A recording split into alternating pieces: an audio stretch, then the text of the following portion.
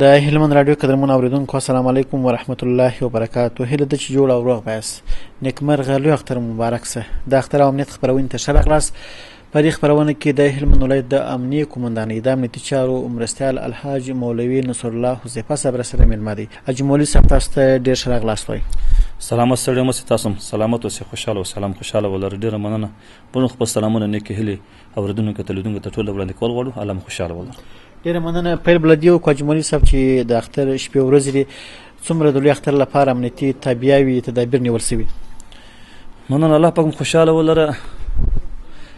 په هلمند ولایت کې خو الحمدلله امنیتي تدابیر تر ډیره حد نیول شوي دي. البته خصوصا ورسره بل موږ امنیتي تدابیر ان شاء الله نور په مخ روان دي د بخبه پرتاله باندې او شکل الحمدلله موږ په هلمند ولایت کې چې تلس ولسوالۍ دي لاس حوزې دي څلور کنډکه شهره دي نو تیر ورځ موږ د پاکله باندې پلان جوړ کړو امنیتي تدابیر پاکله باندې ان شاء الله اوس الحمدلله سلف سوز موږ تاسو ته اطمینان درکو چې په ټول هلمند کې موږ خپل امنیتي تدابیر نه ولیدي غواړو چې موږ هیوادوال په ډیر آرام فضا کې خپل اختر ورځي ومنځي په خیر عافیت سره خپل ورځ تیر کړي. بله په دې امنیتي تدابیرو کې څومره ورځنی او شپنی کزمې ستا تر څو د غلو او رنکاو ډول مخنیوی شوی؟ په دغه شپه ورځ خو الحمدلله امنیتي تدابیر ښه پرنې ول شوي دي. زموږ ټوله امنیتي حوزې مسؤلین د شپې تر سهاره پورې د موټرسایکل ګزمې هم شته، د موټر ګزمې هم شته، پیاده ګزمې هم شته. الحمدلله ټول امنیتي تدابیر لپاره د شپې په ځمن یو کړی ده. په ولسوالۍ کې هم چې نن دغه موږ پلان گزارش شوی دی، پلان جوړ شوی دی د امنیتي تدابیر پاکله باندې شپه تر سهاره پورې دوی خپل ان شاء الله خپل ګزمې او د فیل کړی دي. په کنډک شهره کې هم دغه هم چنان دغه شی دوی خپل امنیتي تدابیر په مخ به ولدي ان شاء الله مشکل نشته. بله امنیتي سرتیر څومره ورتیا لري چې دا ورځ کې امنیت ټینګ کړي؟ امنیتي تدابیر ان شاء الله وخت شې پوره ورتیا لري الحمدلله. له هر څه الحمدلله پوره ورتیا لري ان شاء الله دوی چې دوی خپل امنیتي تدابیر ټینګ ونیسي خپل ملت ته ډاډ ورکړي امنیتي تدابیر پاکله باندې. بله اجملی صاحب په دغه شپه ورځ کې د غلاو او نور جنایي پیښو په اړه خلک اندېښنه لري. نو په دې برخه کې ستاسو تدابیر څومره چټک دي تر څو د غلاو مخنیوی شوی؟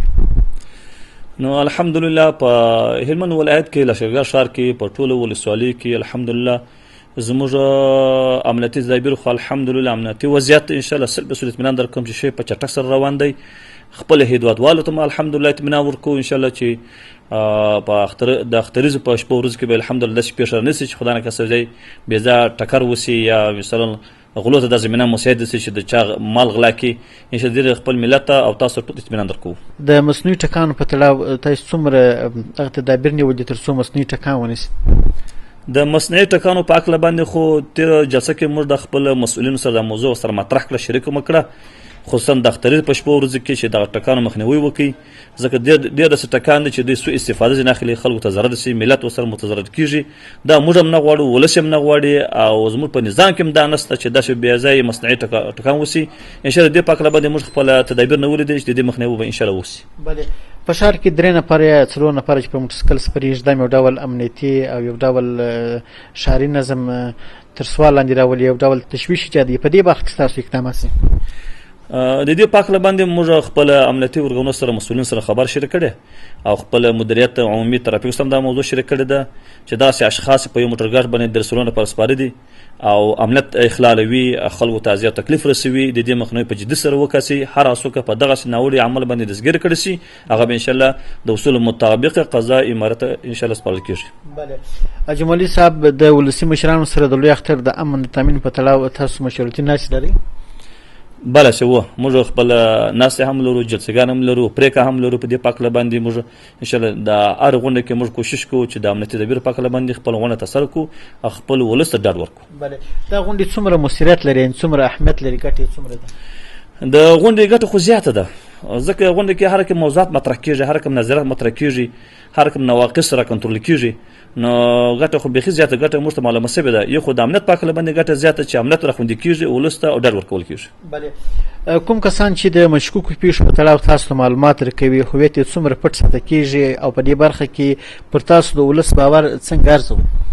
د دې پاکله باندې که داسې ناوړې پیښې مابین سره راسي ولس انشاءالله کولی شي د 119 نمبر شمېرې سره موږ سره رابطه وکړي یا هغه موږ کنډکونه یا هغه قومنداني چې دوی ورته نږدې دي کوم قطاعاتو دوی کوم نږدې دي کولی شي د هغې قطاعاتو مسؤلین سره رابطه وکړي په آن واحد دغه عاملین موږ کولی شو چې په آن واحد کې موږ ونیسو دستګیر وکړو او انشاءالله هغه موږ کولی شو قضایي ارګانونو ته وسپارو انشاءالله. او هیئت څومره پټ ساتل کېږي که څوک تاسو سره همکاري کوي معلومات ورکوي؟ دغه هیئت خو بیا موږ سره خامخا راځي موږ ځان سره ساتو او صل په سولې موږ کولی دغه هیئت موږ افشا کو دا خو دغه رزونه دي او من کته مسیره بلغ مراده دا خو موږ تاسو د شریعت یو بڼه ده چې څوک خپل راز وساتي هغه خپل هدف ته رسي او دا خو موږ سره همکاره خلک دي دا موږ نه کولی چې دغه راز به موږ افشا کو هغه ته موږ نور جدیت او نور حمایت کو چې نور هغه ته ترقی ورکو چې دغه نور داسې موږ ته پوره راپورونه راکړي معلومات راکړي موږ سره همغږي اعلان کړي موږ نور هغه ته نور حمایت کوو خلک. بله عمومي شاراګانو کې امنیتي تدابیرو ترڅنګ ترافیکي نظم ته هم اړتیاوې زیاتې لیدل کېږي ځکه په دې شپو کې ګڼه ګوڼه زیاته وي نو د دې سیمو د ترافیکي کنټرول لپاره مو پلانونه څه دي؟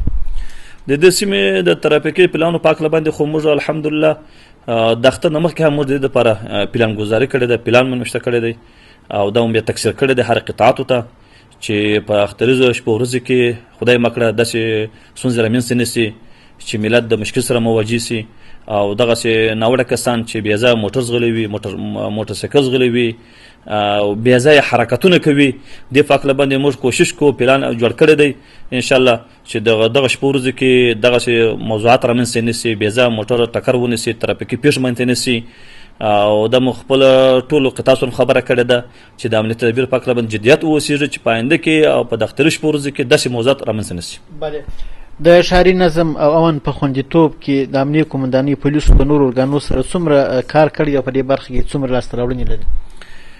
د دې پاکله باندې خو الحمدلله تاسو ته انشاءالله ډاډ درکوو پوره مکمله ډاډ درکوو چې موږ الحمدلله که د دفاع وزارت قلوردو وي او که زموږ امنیتي ارګانونه وي لکه د استخباراتو ریاست که د قومنداني وي موږ په ولایت مقام دی موږ په مابین کې ښه همغږي لرو همغږي مختلفې سولې کې ده دې پاکله باندې او د دې فایده خو دا ده الحمدلله چې ولس ډېر اسانتیا راځي سهولت راځي ولس مو ډېر خوشحاله وي او په ډېر ارامه فضا کې او د عزت په سوري کې خپله زندګي تېره کوي. بله اجمالي صاحب د بېلابېلو ولایتو څخه هلمند ته میلهوال راځي نو د هغوی د امن لپاره څومره ډاډ شته چې نه یوازې دی چې ښاري سیمو ته راځي بلکې غرنیو سیمو او لیرې پرتو سیمو ته تګ راتګ کوي چې د هغوی امنیت په ساته سوی وي په خاص توګه د شمالي ولایتو څخه ډېری هېوادوال راځي دلته ګرځي د تفریح لپاره؟ بله د دې پاکله باندې هم چې د نورو ولایتو چې خلک هېوادوال راځي د منظرې په شکل باندې راځي یا دوستانه په شکل راځي خپل دوستانو کورو ته هلمند ولایت ته هلمند خو یو مجید فروره ولایت دی خو البته دا موږ ټول قطاعات په دې باندې هڅولي دي قطاعات سره موږ خبره کړې ده او خپل پلان ورته تکثیر کړی ورسولی دی چې دغسې اشخاص چې د منظرې په شکل راځي دښتو ته راځي غرونو ته راځي د دې امنیت تدبیر په موږ باندې دی موږ د دې امنیت نیولی دی البته داسې اجازه به نه ورکوو چې دی زموږ د دې نظام طرز العمل خلاف حرکت وکړي یا د موږ د شریعت مطهره د اصولو نه خلاف حرکت وکړي هغه موږ اجازه نه ورکوو اصلاحات پشکې راولو نور ټولو ته انشاءالله اجازه ده د خپل وطن دی خپل ځای دی شپه او ورځ په سا کې ګرځېدلی شي په غرو ګرځېدلی شي خپل منظرې کولی شي هر څه کولی شي انشاءالله امنیت په موږ باندې دی موږ د دې اطمینان ډاډ ورکولی شو. بله ډېره مننه کوو. دا چې د لوی اختر ورځې دي او خلک قربانۍ کوي پولیس د ښاروالۍ سره په دې برخه کې څومره همکار دی تر څو د سرغړونکو کسانو پر وړاندې اقدامات وکړي چې مثلا هغه کسان چې په لوی لاس غواړي چاپېریال کې چټلي رامنځته کړي او یا خلکو ته یو ډول ستونزې پېښ کړي؟